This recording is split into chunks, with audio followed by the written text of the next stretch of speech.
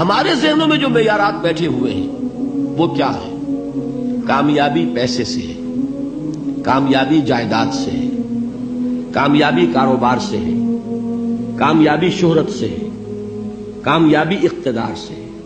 یہ معیارات ہیں. جو جتنا دولت مند اتنا کامیاب، جو جتنا مشہور اتنا کامیاب، جو جتنا پاپولر اتنا کامیاب، جو حکومت پر پہنچ گیا کامیاب، جس نے بڑا کاروبار جما لیا کامیاب، جس نے بہت جائیداد بنا لی کامیاب. یہی ہے اصل میں ساری بس کی گانٹھ.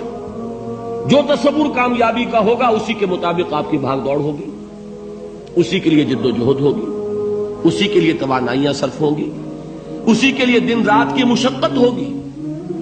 یہ ہے اصل شے جس کی یہاں نفی ہو رہی ہے.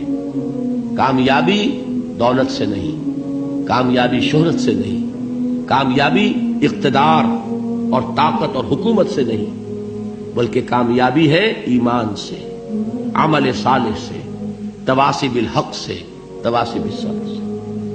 آپ غور کیجئے اس نقطہ نظر کا، اس ایٹیچیوڈ کا، یہ جو مینٹل ایٹیچیوڈ ہے اس کا بدل جانا ہی انسانی شخصیت کے اندر انقلاب برپا کرے گا. اب آپ کا نتیجہ کیا نکلا؟ اگر تو دولت سے کامیابی ہوتی تو قارون بہت کامیاب تھا، اگر حکومت سے کامیابی ہوتی تو فرعون اور نمرود بہت کامیاب تھے. کامیابی ان سے نہیں ہے. کامیابی انسان دولت میں قارون کی دولت تک پہنچ جائے اور دنیا میں دبدبہ اور اقتدار اور سلطنت اور حکومت کے اعتبار سے وہ نمرود اور فرعون کا مقام حاصل کر لے، وہ ناکام ہے، خائب ہے، خاسر ہے، برباد ہے. اور ابو ذر غفاری کامیاب ہے، چاہے ان کے پاس کچھ نہیں تھا، جھونپڑی تک نہیں تھی، کوئی گھر نہیں تھا. حضور نے فرمایا ہے اللہ کے کچھ بندے ایسے ہوتے ہیں جو کسی محفل میں جانا چاہیں تو انہیں اجازت نہ ملے، جو کہیں اگر رشتہ کرنا چاہے کوئی ان سے رشتہ کرنے کو تیار نہ، کہیں کوئی سفارش کرنا چاہے تو ان کی کوئی بات ہی نہ سنے. لیکن اللہ کے ہاں ان کا وہ مقام ہے کہ اگر بھولے سے بھی کسی بات پر قسم کھا بیٹھتے ہیں تو اللہ ان کی قسم کی لاج رکھتا ہے. یہ ہے فرق. یہ جان لیجیے اچھی طرح. اس بات کا مان لینا آسان، اس پر سبحان اللہ کہنا آسان، لیکن اس کے مطابق آپ کے اپنے ذہن کا بدل جانا بہت مشکل. اس لیے کہ ہم متاثر ہوتے ہیں اپنے ماحول سے. وہ بڑا محل ہے، دیکھ کر ایک دفعہ جھجری آتی ہے، وہ بڑی سی 20 فٹ لمبی کار سناٹے کے ساتھ آپ کے پاس سے گزر گئی. ایک دفعہ اعصاب کے اندر ارتعاش ہوتا ہے، محسوس ہوتا ہے بڑے یہ نصیبے والے لوگ ہیں، بڑے خوش نصیب، بڑے کامیاب. حالانکہ کچھ معلوم نہیں کہ یہی سب سے بڑی بد نصیبی ہو سکتا ہے کہ یہی سب سے بڑی ناکامی ہو. اگر ذہنوں میں یہ بات بیٹھ جائے کامیابی کس شے سے. یہی وجہ دیکھیے قرآن مجید میں بارہا آپ دیکھیں اولئک ھم المفلحون، یہ ہے لوگ کامیاب ہونے والے. آج یہ آپ نے نماز میں وہ آیات سنی، یا ایھا الذین آمنوا ارکعوا واسجدوا واعبدوا ربکم وافعلوا الخیر لعلکم تفلحون.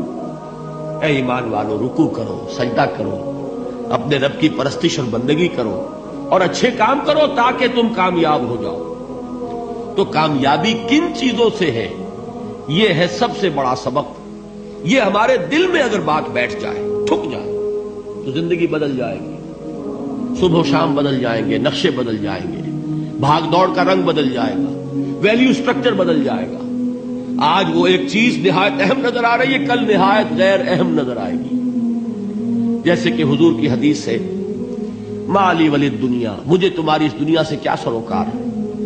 انما مثلی کراکب استظل تحت شجرۃ ثم راح فترکها، میری مثال تو اس سوار کی سی ہے جو تھوڑی دیر کے لیے ایک درخت کے سائے میں ٹھہرتا ہے سستانے کے لیے، پھر وہ اپنا راستہ لیتا ہے. اسے اس درخت سے مستقل تعلق اس کا نہیں ہے، وہ اس کا گھر نہیں، وہ اس کی منزل نہیں. اسی طرح یہ دنیا میرا گھر نہیں ہے.